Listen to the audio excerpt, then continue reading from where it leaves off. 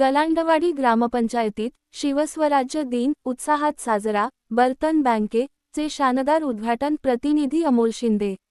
दौंड. 6 जून हा दिवस संपूर्ण महाराष्ट्रात शिवस्वराज्य दिन म्हणून मोठ्या उत्साहात साजरा केला जातो. याच पार्श्वभूमीवर दौंड तालुक्यातील गलांडवाडी ग्रामपंचायत, पंचायत समिती व जिल्हा परिषद कार्यालयाच्या संयुक्त विद्यमाने आज सकाळी ठीक सकाळचे 9:30 वाजता ग्रामपंचायत कार्यालय, गलांडवाडी येथे शिवस्वराज्य दिन अत्यंत उत्साहात साजरा करण्यात आला. प्लास्टिकमुक्तीसाठी पाऊल, बर्तन बँक उपक्रम सुरू. शिवस्वराज्य दिनाचे औचित्य साधून गलांडवाडी गावामध्ये एक अत्यंत स्तुत्य आणि पर्यावरणपूरक उपक्रम राबविण्यात आला.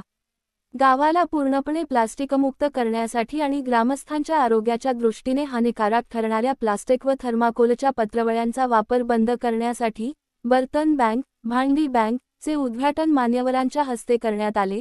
या उपक्रमांतर्गत गावातील सार्वजनिक व घरगुती कार्यक्रमांसाठी स्टीलची भांडी उपलब्ध करून देण्यात आली असून यापुढे गावात पत्रवळ्या वापरण्यास सक्त मनाई करण्यात आली आहे.